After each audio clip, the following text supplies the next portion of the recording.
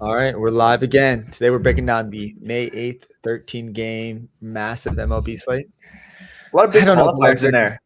Yeah, I don't know if I love 13 game slates. It's just a freaking nightmare to parse through. I mean, the nice thing is like ownership is kind of spread out across the board, which will be fun, but it's a lot of games and a like lot of great pitcher matchups.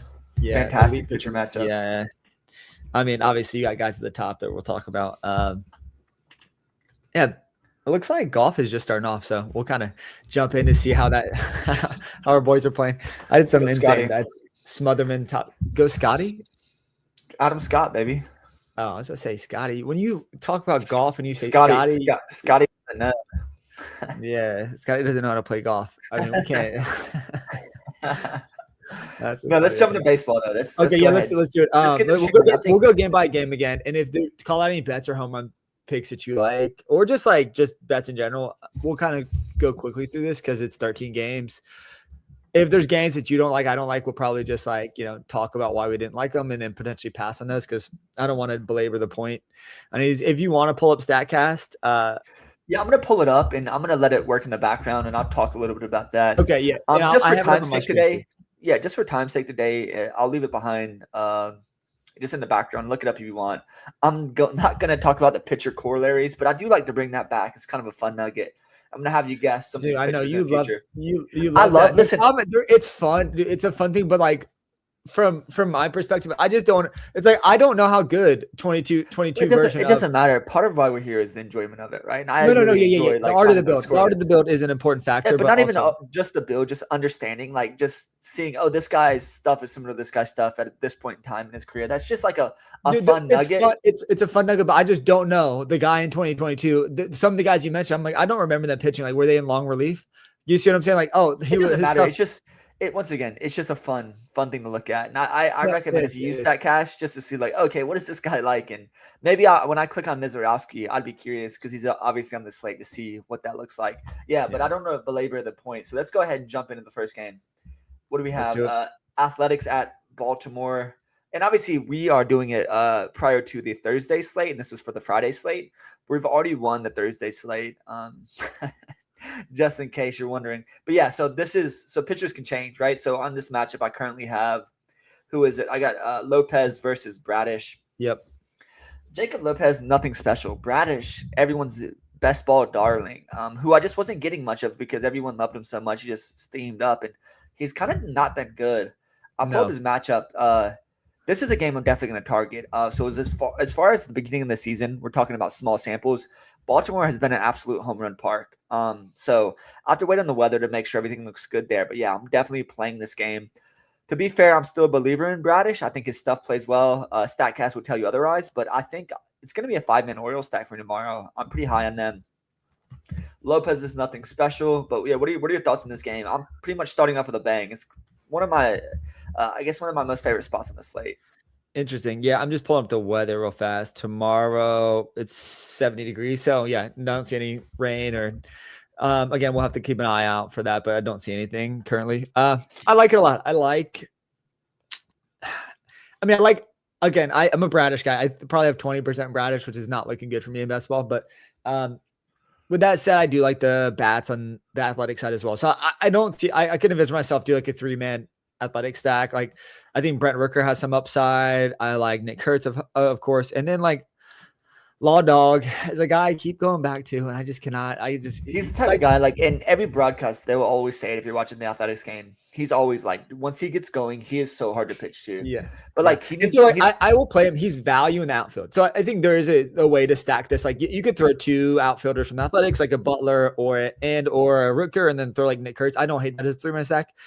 For me, he's already started sitting against lefties though. Like I know he has, which is a concern. For Baltimore, I don't like them as a 5-man stack. I just don't feel like their team, the back end of the team, like some of these guys, they don't profile as good bats. Like they have been hitting well, like Jeremiah Jackson, Blaze Alexander, but they're not really like long-term good offensive bats. And so like, I see them more as like a 3-man stack, right? Like get the big boppers like Gunnar Henderson, Pete Alonso. I mean, I'm a Samuel Basallo truther, so I like him, although Adelaide's just been better. So I think it'll be like a 3-man or like a 3-1 from this game potentially, but I like the environment. I like the park. They moved they moved it in a little bit. The weather's warm, weather's good there. Both the pitchers we call them like average to below average. Although People I like still both of the guys. It's just like you're gonna see as a common theme on the slate. You have a lot of good pitchers. This slate. Yeah, so I agree with you. I'm mostly on the righties for Baltimore. I think Pete Alonso, great spot against the lefty. Colby Mayo, bottom of the lineup. Statcast is okay. We need to know he has some, prospect pedigree, so definitely going to play a little bit of him. I don't think you should be afraid. You shouldn't be afraid of like the lefties here, like Basayo and Gunnar. No, don't be scared. But obviously, looking at priority, it's not going to be an issue. I don't think. Yeah. So, anything else? Yeah, home run pitch. I like Nick Hurt's home run a lot here. Pete Alonso. Okay. I mean, this is like fish of all fish, but like Pete Alonso, Statcast looks good. Kind of been a slower start for him. 100% giddy up, Pete Alonso. I think for me, it's like I'll throw Nick Kurtz, and if as long as Butler's in there, I may throw Butler in there too.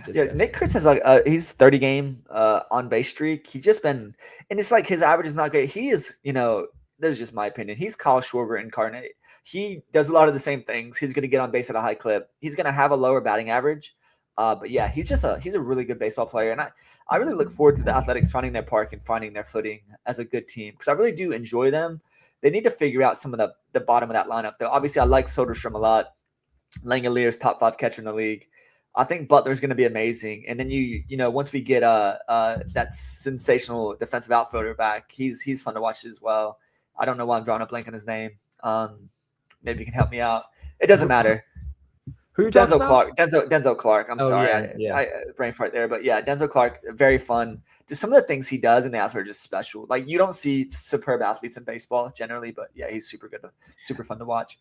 I don't know if Shea Langoliers is back from paternity leave yet, so just keep an eye on that. But if he is back, I like him a lot, obviously. I don't think he'll be back. Take your time with the kids. That's the most important. Me and your both father. It's true though. Like, enjoy that. I mean, baseball players. This is the I thought you were telling me right now, like, should I go spend time with my kids? Come on. No. Do you know what I mean? Though, like, baseball players, like, I see this. We went to East Carolina. We see, we're in class with this is just a funny story. We were in class with Corey Seager's his girlfriend at the time, now wife. And it's funny to see. You just feel like they are constantly on the road. Baseball is not one of those sports where, like, football, it's only 18 weeks unless you're in the playoffs. Yeah. Baseball, you're on the road, almost, over half of the year. So that's just a lot, So I feel like when you can spend time with your kids, do that. I mean, this is a DFS show, right? But I think it's a grind, and that's why longevity in baseball is crazy important, and not a lot of guys can hold up for a full season. But yeah, I mean, everyone except for Matthew Boyd is saying spend time with your kids. Just ACL from bending over. He's like, listen, if he's that fragile, if he's that fragile, he really needs some help. I'm not worried about a lot of these guys. But I think sometimes you see like the wives of these players, like, man, it's a life. It's a grind. It's a grind. Yeah, it's a grind. Well, I mean, they're getting paid the big bucks, so let them do it. All right. Listen. Yeah, this is not in this game, but just on top of that point, Spencer Torkelson's contract's only $4 million. So it's just like, yeah, some of these guys they're grinding 162 games for 800,000, which is great, amazing. Don't get me wrong, but you can make that in the corporate world, just to be fair. So like. Yeah. It's a grind. I mean, constantly in a hotel, but listen, they're professional athletes. It would be a dream for you to be in their position. I'm just saying it's not an easy thing to do. Agreed. Yeah. All right, let's go to the next game. Go ahead. No, you want to tee it up? Go ahead. Yeah, we got the Angels at Toronto. I mean, to me, both teams that are just like somewhat banged up. You do have Springer back, which is interesting for Toronto. That lineup could start to get healthy again, heat up. I mean, there's guys I like from that team, but yeah, Dylan Cease on the mound for Toronto, and then you get Reed Detmers for the Angels.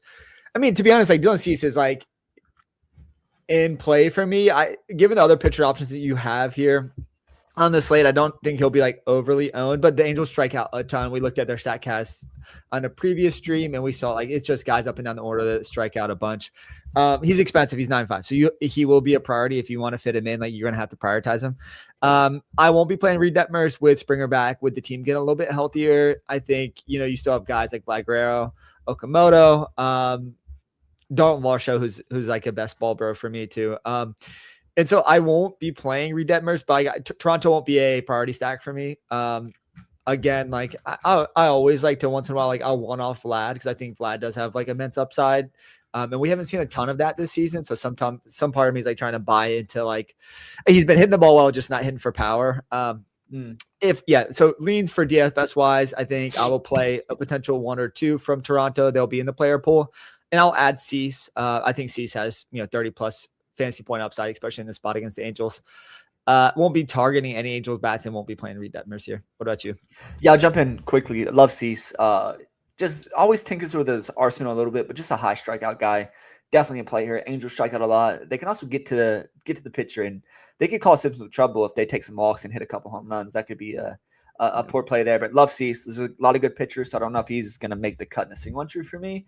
But yeah, Reed Detmers is an interesting stack against. He's always had great pedigree. Obviously, he's only 26, former first rounder, 10th overall. The thing for me is he is a fly ball pitcher, and sometimes with that, you are prone to long ball. Like you said, you mentioned Vlad there. I like that a lot against the lefty. Okamoto's been an absolute menace lately. Like that a lot as a righty as well. So, yeah, it could be a 3-stack for me because Reed Detmers is prone to home runs and the fly ball. But he's been so good this year, and maybe he's just starting to live up to his pedigree a little bit. Looking at his StatCast, looks way better than he has in previous seasons. And you can just see guys taking a step forward, right? So I think it could be that for him. So really, it just might be an avoid for me on an overall slate. But yeah, it's either Vlad one off, Okamoto one off, or a 3-stack there. And obviously, maybe Cease is a priority. You're going to see a lot of pitch on the slate, so I don't know if he's going to make the cut in a single entry at his price. Yeah. All right, somewhat in agreement there. All right, let's go to the next game. Yeah. Let me see it up. So we have, and I'm just going in order of StatCast, and I think the score is similar in that. We have Tampa Bay at Boston. I don't know if we have confirmed pitchers. I think we see Connolly early for Boston, TBD on the Tampa side. And RIP to all my Ryan Pepio shares in best ball. I think I'm such a high percentage. And he didn't even pitch at all. Hip inflammation. Now he's out for the season. Listen, you have to draft a lot of pitchers in best ball because guys just go down. It's really been the year of pitcher injuries and guys just underperforming. So it's really not the end of the world for me, especially if you have a deep arsenal there. Your personal arsenal of best ball guys. So I don't know. Listen to this real fast. And Ryan Pepio, I have 37%, $525 worth of Ryan Pepio. That's not. Yeah.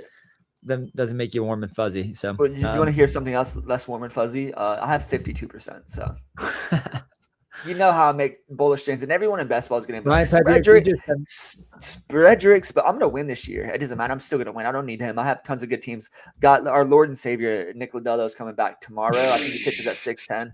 He's going to shove. I have a huge percentage of him. Dude, Shane Smith. Yeah, a guy that's coming up that I drafted a ton of was Robbie Snelling. I don't know if you saw he got the call. He's starting Friday. So yeah, he's starting tomorrow, and we'll talk a little bit about him. But he is a little bit of in UFC we say glass cannon. I don't know if he's as good as we presume he is. I think his strikeout rate in the minors is not what it should be. So yeah, but on this game, let's go back to the Rays and Red Sox. We don't have a Tampa Bay pitcher because we don't. If we can get a kind of a gas can in there, someone below league average. I'm interested in the Red Sox. They're heating up a little bit. Connolly early has not been good. Still, I don't want to play guys against him. I think he has good prospect pedigree. Going to be better than this. But yeah, obviously, any of the righties here that can lift it over the monster are interesting. Cameron Yarrow, it's fascinating for me. I don't think he hits the ball that he's very much a line drive guy. I could see him just hitting multiple off the monster for doubles there, but it's going to be, I don't know if he has the same lift you would need in this park. So for me, it's going to be the Red Sox, TBD on the pitcher there. So maybe I will, maybe I won't. But what are your thoughts here? Yeah, I mean, if I do, so kind of early, like the first thought is like, I think you could potentially play him in your player pool. Like you're playing for like the flash upside and like the pedigree that he has. Again, the results this season have been bad. I think I don't mind lefties against the Rays, right? Like they have Yandy Diaz and Junior Caminero, but like I think for me, I like targeting them with lefty pitchers. With that said, it's just going to be tough. I'll have to wait till I actually build a team to see if he's going to fit like the player pool. But his price is 7.7. It's interesting. If I'm like dumpster diving at SP2, I think he may be in the build. With that said, I don't really love Boston, right? Like, I mean, Roman Anthony's hurt. He hasn't been very good, but Jalen Duran is heating up. I won't be playing bats. Like this is on a 13-game slate. I'm not looking for reasons to get off of games. Like, yeah, I don't know who's going to pitch for Tampa, but Tampa always does this shit. They have like multiple different guys they'll throw out. And if it's a bullpen game where you have like multiple guys throwing 2 or 3, and it's just hard for me to like make a case to play Boston. But that's my stand. Yeah, nothing really to like convicted on here. May add Connolly early to the pool, but other than that, like I don't have any interest in the bats. Yeah, until we get more news on the Tampa pitcher, at least. Yeah, I agree wholeheartedly. Let's go ahead and skip on over to the next game. Your boy Snelling versus Foster Griffin. Foster Griffin's been pretty good lately. Don't really believe in the Miami lineup. Liam Hicks is not a fraud, but he's not as good as he's been. It's just going to come back down to earth. Really, it's just a stay away game for me. I don't think Snelling is who he was in the minors. I'm going to pull up his K rate real fast while you talk about this game. But yeah, this is a stay away from me. Potentially, you could be talking to Snelling. Not for me. Not going to play Griffin here. Not going to play Marlins as any stack either. But yeah, what's your thoughts here? I mean, yeah, it's like somewhat biased because I do have Snelling in best ball. Look at these, and so I don't want to interrupt. Look at these strikeouts in the minors this year. He's pitched 29 innings and 44 strikeouts, but his whiff rate is not exceptional. So I don't know if that's going to translate here. But yeah, listen, there's worse stats against the Washington team. So sorry. Yeah, and Washington's kind of overperforming in terms of runs scored too. I think you maybe have heard that. It's like they're like third in the league in runs, but like 20th in like on base percentage. So it's like there's like a confluence of factors that like are going against Washington. And you have James Wood, who's like arguably their best batter, strikes out at 30% clip. So I like Snelling, but like historically speaking, like, you know, me, I generally am the guy that stacks against prospects in their first start. Cause it's like a step into the big leagues. You can get the Peyton Tolley first start where they put up 30 points, or you can get like, you know, a 7 earned run performance cause they walk 6 guys cause they're nervous. Again, the bias I have for Robbie Snelling means I will be playing some Robbie Snelling. I think it's an interesting matchup. If I'm looking in that range, I'm between him and Connolly early, it's just going to be Snelling for me. Outside of that, no bats. Griffin's been okay, but I'm just not super interested in the Miami team currently. No. And just not on a 13-game slate, not a priority at all. Yeah, let's skip on over. But, you know, if I was betting in this game, what do you have the over-under at right now? It might be just an interesting lean there. So let me just pull that up. Probably 7.5. If it's 7.5, I don't know if I love that number. I'd like an 8. Yeah, I don't see it. I don't see it yet. It's not up. Obviously, we're a day away. If it's 8.5, I'm going to hammer the under there. I think it can stay under. Absolutely. So I'll just wait and see. I know the over-under today for Miami is going to be 8.5. I would like the team total under for Washington too, just given that I feel like Washington's overperformed and like Snelling is a highly touted prospect. Like he's not the Peyton Tolley. I wouldn't say touted in a different way. He's obviously been in the league before. It's just what he's shown in the minors this year is fascinating. So yeah, I see what you're saying. Slightly concerned with his whiff rate being so low that it might just not be a true strikeout rate you're seeing there. But yeah, I understand 100% that he could absolutely shove tomorrow, strike out 7 to 9, and you're like, wow. But the reason I say I'm not interested, I think there's too much risk and not enough floor baked in when we have a lot of very good pitching on the slate. So let's go ahead and jump into our next game. I have prospects here, so continue. Yeah, Twins versus Guardians. We have Connor Prepolip versus Parker Messick. 2 guys that have been absolutely phenomenal as far as the strikeout rate goes. Parker Messick's numbers on StatCast are absolutely amazing. That rotation there in Cleveland's pretty menacing with Messick, Bebe. He's been better, and Big Gav, Big Rig. But interesting pitchers in this side. I honestly, if there was a priority for me, it'd be Messick against a Twins lineup that's a bottom 3 team in the league. Bar none. I mean, if Byron Buxton wasn't on that team, they would be a AAA team at best. Byron Buxton's really been carrying them.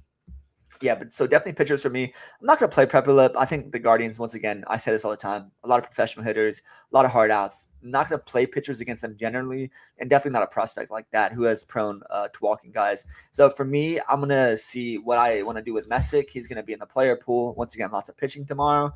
So yeah, what do you have in this game? Yeah, so Messick for me is interesting. Again, you're looking at in terms of pricing, right? You have Messick at 8.4, you have Snelling at 8K, and you have Connolly early at 7.7, which is just like those guys in the last year and a half have all been like either number 1 or 2 in like their prospect rankings for the given organization, right? All elite pitchers, all elite stuff. There's a guy a little bit above them that I think might be a priority, and it's not just last game. Okay, we'll get it. We'll get to him, but I think Parker Messick is near the top of. I think like at cost, maybe like him a little bit more than Robbie Snelling because we know we're giving Parker Messick. And I don't believe in the Minnesota offense, right? Like you do have Buxton, but he strikes out a ton still. I got the weather. There's some rain right now projected, so keep an eye on that. Like I don't like pitchers if there's any amount of rain because you could get like a stop start, and I hate that. Like for the pitching at least, and obviously for good reason. I do think Cleveland's an interesting stack as a 3 or 5 man stack. I think Prepolip is good and like long term will be a decent pitcher, maybe a good 2 or 3, probably upside as a 2 potentially, but Cleveland is full of hitters, and I think they're an easy team to stack. And if like, if everyone's kind of like hitting to their mean or like slightly above, like you can get 10 to 12 runs pretty easily out of them. And I think they have interesting guys that hit still. So yeah, my lean is like, I'll throw and consider some Cleveland bats. Minnesota's an X off for me. And I think Parker Messick definitely makes the player pool. Outside of that, I really like the Cleveland money line here too as well. I just feel like I'm sure we're going to see that around -125, -130. Yeah, I like that a lot. So I'll definitely, it'll be a parlay piece, a parlay builder for sure. Yeah. Let's go ahead and say, I'm in agreement there. It's really one of those 13 games. Stay away from me. Both pitchers I believe in, more so Messick. But yeah, I'm going to mostly be avoiding this spot as far as bats go. Let's jump to the next game. Should have a Royals jersey as a Royals fan, but yeah, we have Kiter Montero for the Lions, the Lions and Tigers. So we have for the Tigers Montero, kind of average pitcher, low walk rate, low K rate also, and then Bubic with the high walk rate and high K rate. If I was interested in this game, obviously Kansas City playing a little bit better this year as far as home runs go with that shortened park, but it's KC or nothing for me. The Tigers are in shambles, Screwball going down. It just seems like they've been out of sorts ever since then. Their StatCast is pretty impressive up and down the lineup. I mean, Dylan Dingler's StatCast is phenomenal.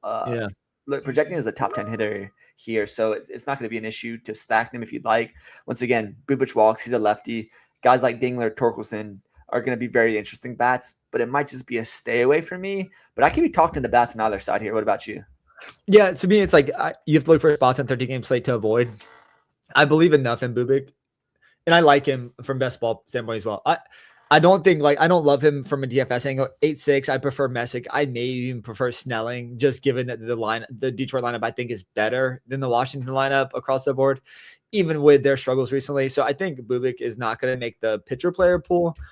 I just am going to avoid bats here. I'm a Kansas City guy, but I don't on a 13-game slate don't want to prioritize any of these guys.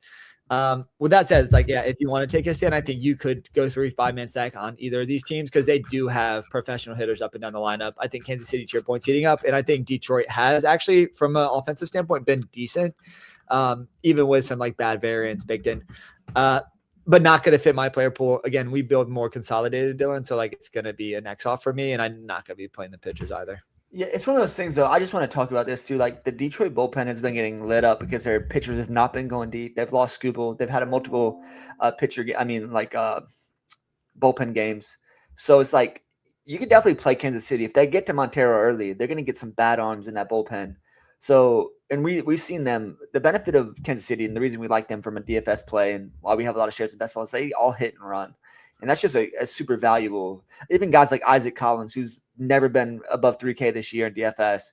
He's just a guy that does hit and run. I mean, there's just a ton of up and down that lineup that can cause problems. Yeah. So I see what you're saying. And if I need to not consolidate, I would definitely go there. I'm just not sure if they make my full build in a single entry.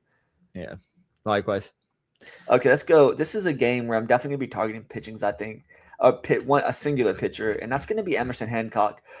His StatCast is not phenomenal, but what I love is I don't know why I'm such a sucker for K minus BB. I mean, you see a 29% strikeout rate and a 3.8% walk rate. That's just amazing numbers. That's something I'm going to be targeting. The White Sox have been so pesky, and they've really burned me this season just by attacking pitchers. Pretty just pesky, right? They have Maidra. They have like Sam Matanacci, another WBC hero, but they just I don't know if that's sustainable. Murakami is very good, but he strikes out a whole lot. So I think there's a lot of strikeouts in that lineup. Miguel Vargas strikes out a lot. Another guy that's been very serviceable to start the season. So I'm interested in Hancock, definitely that's 8-7. I always want to pick on the White Sox. Burke's been average this year. I think I'll play some Seattle. They just haven't been a strong hitting team yet. I love Julio, but for me, it's like Kyle Raleigh hasn't been the same. Who would have thought a catcher is not going to be the same, 60 home run guy he was the previous year? He's been a little hurt, and maybe that's playing a part, but Burke's okay. Nothing special. If you want a road team that's going to be lower owned, I think Seattle might be that. Yeah, so Hancock as a priority for me. Maybe secondary is going to be the Seattle stack and just avoiding everything from the White Sox. Yeah, I love Hancock. I think he's still too cheap too. I mean, given what we've seen, and to your points, like the guys that play well, the White Sox still strike out. Like even the Murakamis of the world, like he's still going to strike out a ton. Like he could go 1-for-4 with 3 strikeouts and a home run. It's like, yeah, you'll take that. If Hancock's soaking up those strikeouts. I do like Seattle a little bit. I think Burke is like not very good. He's been a little bit better this season, so there's some concern. But I think like if he reverts back to like what we saw in 2025 or 2024, like this is a spot like you could see an explosion on the offense for Seattle. I mean, I love guys up and down the lineup. This will be a 5-man and 3-man stack for me on some teams. Obviously, like Naylor's starting to run again. Naylor's starting to heat up a little bit. You could throw Randy, Naylor, Cal Raleigh, Julio, and then maybe like a Cole Young or Canzone, depending on who plays. And even a JP Crawford, you could throw him in there as well. I'll kind of wait to see lineup construction, but I think Seattle is a sneaky play. I think on a 13-game slate, they're in a good offensive spot, and I think they will probably go lower owned. So I think that's a spot for me that I'll target. And I love the Seattle money line. Hancock's on the mound has been good, and I think Seattle just beat Braves in the series for the first time, so maybe there's a little momentum, on their side right now. So let's keep an eye on the Seattle offense moving forward. But I think this is a spot to maybe target them. So, yeah, I agree with that, and I think just from a contrarian perspective, they've been bad enough where they're not going to be as high owned on this slate. So definitely interested there. Yeah, but let's go ahead and jump to the next game. Probably one of the best pitching battle on the slate. You have Max Fried versus the Miz, Jacob Mizorowski. Both pitchers are in play. Fried is a fun guy because he's going to give a lot of soft contact. He's not going to have the high strikeout rate. Mizorowski could strike out 7 batters in a row. So he's far more interesting there. But yeah, it's one of those things I'm probably going to play Mizorowski mostly because it's the Yankees. I think it will come in lower owned. He came out of the game last time and it was just a hamstring cramp. I'm hoping that's truthful and that it wasn't a grabbing hamstring because that'd be upsetting if you played him and there was an issue there. So yeah, it's definitely a Mizorowski, just pitchers for me here in this game. Definitely no bats against Fried. Definitely no bats against Mizorowski. But what are your thoughts? Yeah, interesting. Yeah, I definitely prefer Fried over Mizorowski. And while Mizorowski has the higher K upside, he walks too many guys, and I don't like that recipe against the Yankees because they have power bats up and down. Like they'll strike out a lot, but if he walks 3 or 4 guys, he's gonna give a 3-run home run. Like he historically has had a walk problem. Like he averages like nearly 5 walks a game. And yeah, while that hasn't burned him this season, he's been able to strike out enough guys around that to get out of it. Like that is a concern here. And at 10K, I just feel like there's better options. So it won't be a play for me. And I think I prefer the Max Fried side. I think a sneaky thing to do is play the Yankees here. Against Mizorowski, I think they'll obviously come in super low owned against a top pitcher on the slate. And a guy that walks, Mizorowski did this multiple times, especially at the end of last season when he started walking too many guys again. He would give up 5-6 runs in a game because he would walk through guys, strike out 2 guys, and then give up a home run. And like at that point, it's like, I think the Yankees kind of fit that profile well. So I'll have some 3-5-man sacks against Mizorowski in this spot. I know it's not something you like to do, but yeah. It's your favorite thing to do. It's your favorite pastime, like against Ohtani. I mean, Ohtani gave up 2 solo shots. His only 2 home runs he's given up the season, but it was still only 2 runs. You're just not going to see stacks prevail more than likely. But yeah, I don't hate it. I think Mizorowski is a little bit more prone to unraveling, and I've seen that just watching his starts with my eyes. It doesn't, it's just a little sociology component. You see him and he seems to wilt a little bit when things get stressful in there. Obviously he's still a young kid. He's only 24. So you expect sometimes when he walks a lot of guys and let's say he walks 2 guys, judges up, there's a little bit of a problem there when you're pitching him. So I agree with you, but let's jump to this next game. I think that's all we got there. I think right now it's Kumar Rocker versus Brown. Ben Brown, who's average at best. I've wanted to pick on Kumar Rocker. I think he's actually improved a little bit this year. Underlying data doesn't suggest anything different. But I watched him pitch the other day. He's getting a lot of that soft contact. So for me, in a notoriously good pitcher's park, it might just be a stay away. I'm not going to play a pitcher here. The Cubs have a great lineup up and down. Obviously, we've been seeing PCA batting 8 and 9. Swanson right there as well. StatCast looks good. PCA's heating up. So you could talk me into a stack against Kumar.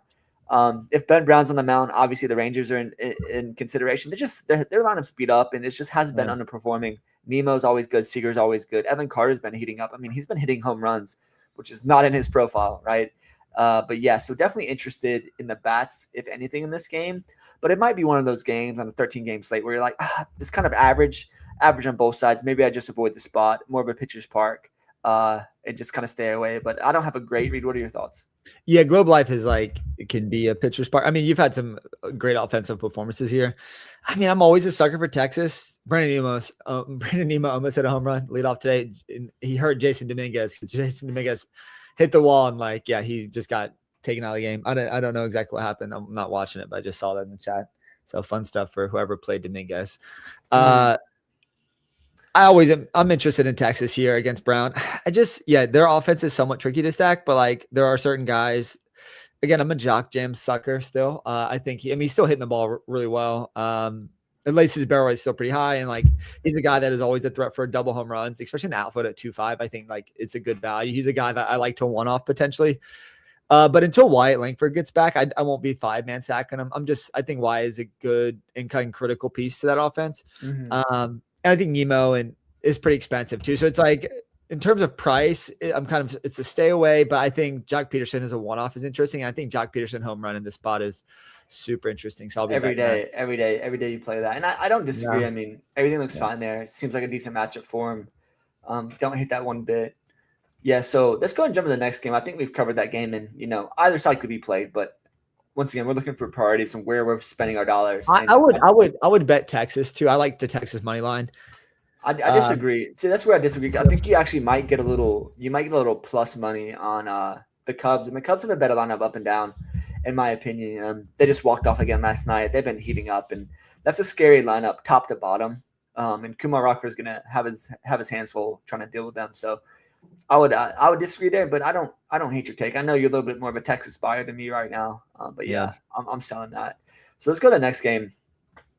This is another place you get your pitchers. I think Nolan McLean's only 9K. Just an amazing pitcher. Elite K rate, elite walk rate. All those underlying suggests he's an amazing pitcher. The Diamondbacks are nothing special. You have Corbin Carroll and Ketel Marte, professional batters there. Perdomo's been obviously average again this season. Great last year, nothing special. So definitely for me, it's going to be McLean as maybe a priority in a single entry. From the Mets side, I don't know who's pitching right now. I don't know if you have anyone. Ryan Nelson. Ryan Nelson is another guy that I don't think I'm going to pick on. He has starts where he's really bad, but he can also be really good at times. He's kind of Jekyll and Hyde. So I just don't know if the Mets are a team I want to target him with, mostly because they're unpredictable themselves, right? They're really hard to get read on start to start. So it's going to be another avoid spot for me. Definitely McLean as a priority for pitcher. But as far as bats go in this game, I have nothing. And it's going to be a Mets bet side for me as well. Yeah, I don't hate it. At Arizona is somewhat concerning. I mean, Noah McLean's just been phenomenal. I think, he's an interesting play in this spot. I don't know. I like him a lot. I probably won't get there in my builds. I don't like the Mets either. I feel like the Mets, while they're getting a little bit better, I think Ryan Nelson does have, he's left some meat on the bone per se. And so I'll probably avoid from a offensive perspective. I won't play Ryan Nelson. At 6'2", he is actually somewhat interesting, but I don't know if you need that value on a 13-game slate. So it's if I'm pinpointing one play from this slate, it's going to be Ryan Nelson. It's going to be Nolan McLean, and outside of that, I probably won't play much on the DFS side. So. I'm making a Ryan Nelson stand. I get it. No, I see that. Nolan McLean's been so good. His pitches. If you get a chance to watch him live, you can watch the game tomorrow. He's a really fun pitcher to watch. So yeah, definitely giddy up there. For me, this is the next game. I think you can get bats in this spot if you'd like. The only problem here is the park, and that's the Cardinals at the Padres. I think I see Michael McGreevy on the mound for the Cardinals and Griffin Cannon for the Padres. Both these pitchers can be had at times. The problem is, once again, pitcher's park. I don't want to overrate park factor. You're just not going to see as many home runs in these parks. It's just the bottom line. So for me, Canning, great first start out there, but I think he can be had. And for me, the Cardinals are always going to be sneaky. Also, another problem for me, though, is the Cardinals are priced up. They're priced like they've been. And I just don't know if I want to pay those prices on them as a team that I think is kind of overperforming and might come back down to earth a little bit. So, yeah, a priority in this game is going to be bats. Tatis is eventually going to hit that home run, right? Is it going to be here? Maybe. I don't know if the Padres are a team I want to stack currently. The Cardinals bullpen's not elite. You obviously have O'Brien in the back if they're up and he's there to close the game, but nothing special in the bullpen. So I could be talking to a stack on the other side. Nothing good. Not a good read in this game for me, though. Yeah, see, this is a priority stack for me. I'm gonna 3 5-man stack San Diego here. Michael McGreevy is not very good, and the offense. I do like the offense for San Diego. They're starting to heat up too. Like, I don't know if you saw them drop a 10 spot on was it San Francisco yesterday, and I there's bats up and down the lineup that have been hitting the ball really well. Gavin Sheets, obviously, Jackson Merrill is like a best ball stand for me, so I really like him. But Tatis hitting the ball well. I mean, Xander Bogaerts is a guy drafted in best ball like no one really has been talking about, but he's been phenomenal for them this season. So there's a combination of ways you can go. Like you still have Cronenworth batting like ninth, and I think there's an interesting like wraparound stack potential here. Get a guy like France or Sheets in the back end of the order, and then like Tatis, Merrill, and Machado and or Bogarts, and so get 3 to 5 of those guys, and they'll be a priority play for me tomorrow. They'll probably make my single as it currently stands because I think like people often forget the San Diego offense when they're at San Diego, but it's like when you rate park factor, like over the course of the season, it doesn't have as big of an impact as people think. So I know you said that, and I agree with that for the most part. And I really like the France call if there was a lefty in the mound. I just think you see Sheets at first base. France is a guy, a batter I believe in. I know he went to Driveline a few years ago, but his bat looks good. We just need him to if you look at Sheets' profile, it's been above average pretty much across the board too. So Sheets, that's what I mean. Either guy in there is good. I don't know. We always have a proclivity to like these guys. We have. I for some reason, Ty France has always been one of those guys I enjoy watching. I feel like he could be a full-time player if he got the right opportunity. It could be a really good fit somewhere. So I don't know. I'm a believer in him, but yeah, I see what you're saying in the stack for San Diego. The more I look at it, honestly, it might just be St. Louis side for me, but TBD on that for the single entry. Let's go to the next game. 2 quality pitchers here. I mean, one guy that's obviously a little over quality, right? And that's Chris Sale for the Braves versus Emmett Sheehan for the Dodgers. The 2 best teams in baseball, playing. I don't know. I mean, sometimes I think we could see a lower scoring game. Obviously, both offenses are very potent. Chris Sale on the mound is going to mute some of that Dodgers offense. Emmett Sheehan's been okay. His underlyings are pretty good too. So I don't know if I'm going to picking him, right? We're looking at a 5.2 ERA. But his underlyings are all way better than that. So I think I'm going to sell that his ERA is going to be that high all season and buy that he's going to be a little bit better, but still the Braves. So you can talk me into the Braves stack. For me, Dodger Stadium is one of the better hitting parks in baseball. We have to really parse that out. I was like, it's a good home run park, but is that just because of the quality of the Dodgers lineup? And I think that's has more to do with it than the actual park itself. So for me, it's going to be pass here. Definitely not playing Sale against the Dodgers. We talked in the Braves, but overall, just an avoid game on a 13-game slate for me. Yeah. For me, it's like as a fan of the Braves, I'm just going to be watching this game and enjoying it. Hoping Chris Sale subs. I won't be playing it from a DFS angle. I just think 2 quality pitchers. Yeah, this could be like a nail biter, like a 5-3 game. But I don't think from a DFS angle you're really going to want it. And I just don't trust. I love Sale, but I just won't play him against the Dodgers. I guess there's some leverage to be had there potentially. Like he's going to come in single digit owned against the Dodgers. And Chris always has 12 strikeout upside. So I think don't completely cross him off your player pool, but I'm going to be avoiding bats here. And just going to be enjoying the game as a fan. You got to do that too. Watch the games you love. Yeah, I agree with that. It's going to be a good game with 2 of the best teams in baseball right now. Yeah, let's go ahead and jump into our last game. I don't think I have a pitcher matchup here. Do you? I see the Pirates versus the Giants. I don't see any projections on them, but let me just double check here. One sec.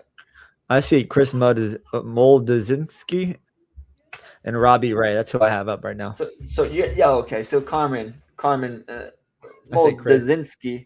It doesn't matter. We know what you're talking about. And Robbie Ray. Yeah, 2 good pitchers here. Obviously, good pitchers park. I could actually be talking to Moldazinski. I'm sure I'm butchering his name. I'm sure you are. He's a decent guy with a decent strikeout rate. Let me just pull it up. But yeah, Robbie Ray obviously interesting against the Pirates team, who I think obviously profile better against lefties and righties. So definitely interested in pitchers here. Do we have pitching prices on DraftKings? Yeah, we do. And they're fairly. I mean, Robbie Ray's 8-8. I think I prefer free $200 more, and I think I prefer Hancock. Yeah.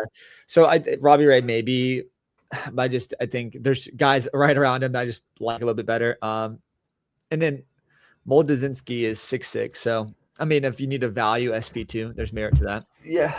It's once again, besides Devers, that San Francisco team, I know they called up their prospect, their catcher in their first base but it's just they're not a good baseball team. You could definitely play them.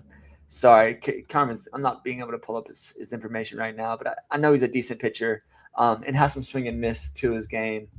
I just want to double check. But what are your thoughts in this game? You playing any bats here?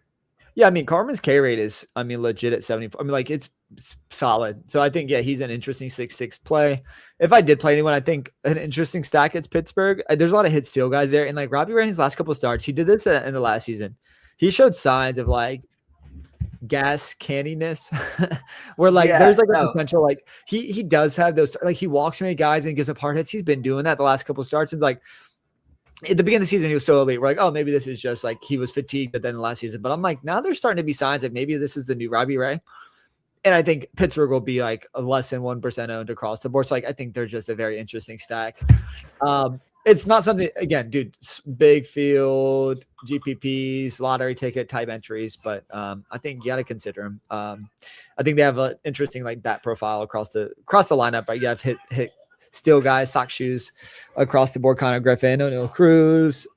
I think the profile is a little bit better against the lefty, but I see what you're saying. San Francisco not being a good team, if they get the Robbie Ray, you're going to get them. The stack, most bats in that lineup are going to be sub 5% owned at the highest. Robbie Ray's the lefty though. That's what I mean. Their profile better against righties. O'Neill Cruz, Brandon Lowe. Reynolds obviously a switch hitter, but those guys at the top are going to be better against that right-handed pitcher. So I see what you're saying. But yeah, definitely an interesting stack to call out there. Nothing on a bet on this game. Maybe just bet the under. And once it comes out, if it's 7.5, I could tease it down a little bit even. I can see this game being 3-2, no problem at all. Yeah, so that's – and listen, funny enough, like Luis Ariz has been one of the best defensive players in baseball, which makes no sense to me. But things like this happen all the time. So that's all I have today for this slate. Let's go out and win the Thursday slate so we can be back tomorrow for the big $1,200 qualifier. Something I'll be chasing all season. Yeah, but that's all I got for today. Yeah, that's it, man. We'll be back. Yeah, we'll build some teams on live next time because I think it'll be interesting to see where we'll do some combo of, and hopefully build the winner. But yeah, not today. All right, we'll be back. We'll be back this weekend for our best ball content. We're going to be doing that definitely every weekend as we dial into the schedule release in a couple weeks, and then go from there. Let's do it, man. All right, see you guys. All right, later, guys.